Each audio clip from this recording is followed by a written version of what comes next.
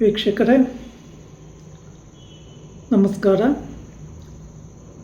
ನಾನು ನಿಮ್ಮ ನಾಗರಾಜ್ ಚೋಳು, ಪ್ರಖ್ಯಾತ ಜ್ಯೋತಿಷಿ, ವಾಸ್ತು ಹಾಗೂ ಸಂಖ್ಯಾಶಾಸ್ತ್ರಜ್ಞರು ಮಾತನಾಡ್ತಾ ಇರ್ತಕ್ಕಂಥದ್ದು.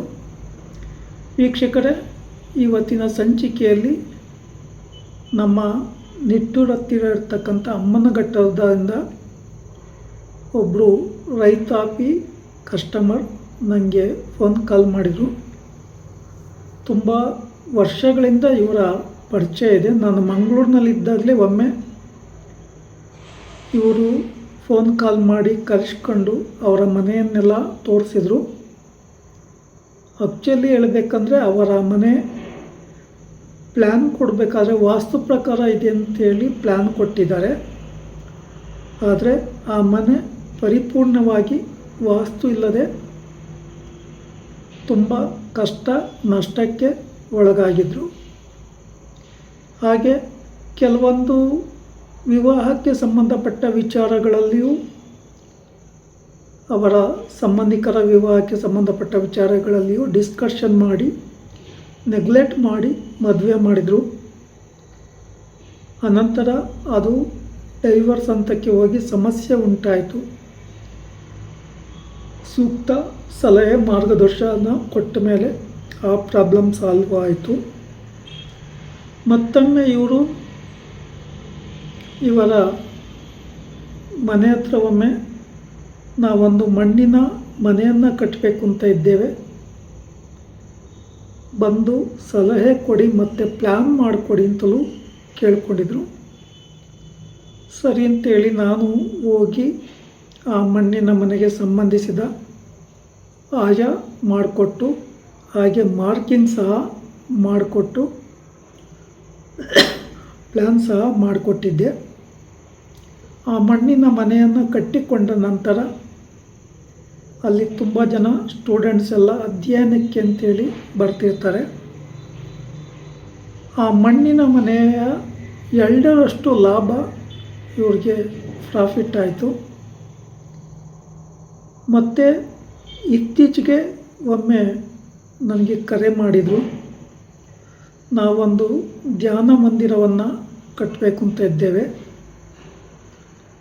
ಅದರ ಅಳತೆಗಳು ಎಷ್ಟಿರಬೇಕು, ಯಾವ ಆಯದಲ್ಲಿರಬೇಕು, ನಮಗೆ ಅದು ಸರ್ಕಾರದಿಂದ ಆರ್ಡರ್ ಆಗಿದೆ ಮಾಡಿಕೊಡ್ಲಿಕ್ಕೆ, ಅದಕ್ಕೋಸ್ಕರ ಸಲಹೆ ಕೊಡಿ ಅಂತೇಳಿ ಕೇಳಿದಾಗ ಅವ್ರಿಗೆ 3-4 ಥರದ ಆಯದ ಪ್ಲ್ಯಾನನ್ನು, ಅಂದರೆ ಆಯದ ಅಳತೆಯನ್ನು ಕಳಿಸ್ಕೊಟ್ಟಿದ್ದೇನೆ. ಧನಸಂಖ್ಯೆ ಹೆಚ್ಚಾಗಿದ್ದು ಋಣ ಸಂಖ್ಯೆ ಕಡಿಮೆ ಆಗಿರುವ ಹಾಗೆ, ಅದೇ ರೀತಿ ಆಯಸ್ಸು ಸಂಖ್ಯೆ ಜಾಸ್ತಿ ಇರೋ ಹಾಗೆ ರೀತಿಲಿ ಪ್ಲ್ಯಾನ್ ಕೊಟ್ಟಿದ್ದೇನೆ. ಇಲ್ಲಿ ಇನ್ನೊಂದಿಷ್ಟು ವಿಚಾರಗಳೇನು ಅಂತ ನೋಡಿದಾಗ, ಕೆಲವೊಂದು ವಿಚಾರಗಳನ್ನು ಈಗಾಗಲೇ ಅವರೇ ಸಾಕಷ್ಟು ವಾಸ್ತು ವಿಚಾರ, ಜ್ಯೋತಿಷ್ಯಕ್ಕೆ ಸಂಬಂಧಪಟ್ಟ ವಿಚಾರಗಳ ಬಗ್ಗೆ ಮಾಹಿತಿಗಳನ್ನು ತಿಳ್ಕೊಂಡಿದ್ದಾರೆ. ಅವರ ಮನೆಯ ಮಕ್ಕಳ ಜಾತಕ ಸಹ ನಾನೇ ಮಾಡಿಕೊಟ್ಟಿದ್ದೇನೆ. ಅವಶ್ಯಕತೆ ಇದ್ದಾಗ, ಸಮಸ್ಯೆಗಳು ಅಂತೇಳಿ ಕಂಡು ಬಂದಾಗ ಫೋನ್ನಲ್ಲೇ ಸಲಹೆ ಮಾರ್ಗದರ್ಶನಗಳನ್ನು ತೆಗೆದುಕೊತಾರೆ. ಹಾಗೆ ಅವಶ್ಯಕತೆ ಇದ್ದರೆ ಮನೆ ಹತ್ರನೇ ಅವರು ಕರೆಸ್ಕೊತಾರೆ. ಅದೇ ರೀತಿ ಈ ಫ್ಯಾಮಿಲಿಗೆ ಸಂಬಂಧಪಟ್ಟ ಅವರು ಒದಲೂರು ಅಂತ ಹೇಳಿ ಇದೆ, ಅಲ್ಲಿ ಒಬ್ಬರು ತುಂಬ ಸಮಸ್ಯೆಗಳಲ್ಲಿ ಇದ್ದಂಥ ಒಂದು ಸಂದರ್ಭದಲ್ಲಿ ಅವರಿಗೆ ಇಟ್ಟ ಹೆಸರು ಸಹ ತಪ್ಪಾಗಿತ್ತು, ಜಾತಕದ ವಿಚಾರಗಳು ಸಹ ತಪ್ಪಾಗಿದ್ದು, ಆ ಫ್ಯಾಮಿಲಿಯವರಿಗೆ ಅವರ ಮಗಳ ಜಾತಕವನ್ನು ಬೇರೆ ಮಾಡಿಕೊಟ್ಟು ಹೆಸರಿನ ತಪ್ಪಾಗಿರ್ತಕ್ಕಂಥ ವಿಚಾರಗಳನ್ನೆಲ್ಲ ತಿಳಿಸಿ, ಅಂದರೆ ನಕ್ಷತ್ರದ ಹೆಸರನ್ನು ಸರಿಯಾಗಿ ಕರೆದೇ ಬೇರೆ ಹೆಸರನ್ನು ಇಟ್ಕೊಂಡು ಮದುವೆ ಮಾಡಿದರು. ಆ ಮದುವೆ ಮನಸ್ತಾಪಕ್ಕೆ ಕಾರಣ ಆಗಿ ಡೈವರ್ಸ್ ಹಂತದವರೆಗೆ ಹೋಗಿತ್ತು. ಅನಂತರ ಜಾತಕ ಮಾಡಿಕೊಟ್ಟು ಅವ್ರಿಗೆ ಸೂಕ್ತ ಸಲಹೆ ಮಾರ್ಗದರ್ಶನ ಮತ್ತು ಪರಿಹಾರಗಳನ್ನು ತಿಳಿಸಿದ್ದೆ. ಆ ಪ್ರಕಾರ ಆ ಫ್ಯಾಮಿಲಿಯವರು ಪರಿಹಾರ ಮಾಡಿಕೊಂಡಾಗ ಇವತ್ತು ತುಂಬ ಅನ್ಯೋನ್ಯವಾಗಿ ಇದ್ದಾರೆ. ಒಬ್ಬ ಮಗ ಸಹ ಇದ್ದಾರೆ. ಅವರ ಮನೆಯವರಿಗೂ ಒಳ್ಳೆಯ ಉದ್ಯೋಗ ಸಿಕ್ಕಿ ದಿನೇ ದಿನೇ ಅಭಿವೃದ್ಧಿ ಹೊಂದ್ತಾ ಇದ್ದಾರೆ. ಅದೇ ರೀತಿ ಇವರು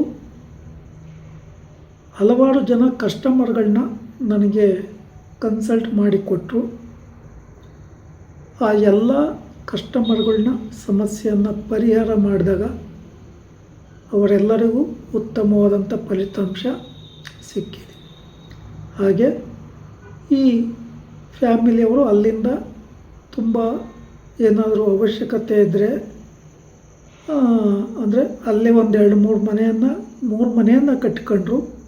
ಆ 3 ಮನೆಯವ್ರಿಗೂ ಸಹ ವಾಸ್ತು ಪ್ರಕಾರ ಪ್ಲ್ಯಾನ್ ಮಾಡಿ ಎಲ್ಲ ಕೊಟ್ಟಾದಮೇಲೆ ಆ ಮನೆಯಲ್ಲಿ ಒಂದು ಮನೆಯಲ್ಲಿ ಇಮ್ಮಿಡಿಯೇಟಾಗಿ ಮದುವೆನೂ ಆಗೋಯಿತು.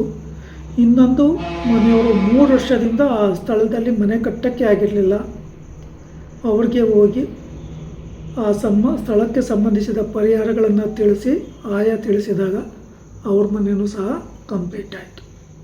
ವೀಕ್ಷಕರೇ, ಈ ವಿಡಿಯೋ ಇಷ್ಟ ಆಯಿತು ಅಂದರೆ ಲೈಕ್ ಮಾಡಿ, ಶೇರ್ ಮಾಡಿ, ಫಾಲೋ ಮಾಡಿ, ಆ ಲೈಕನ್ನು ಒತ್ತಿ, ಬೆಲ್ಲೈಕನ್ನು ಒತ್ತಿ. ನಮಸ್ಕಾರ.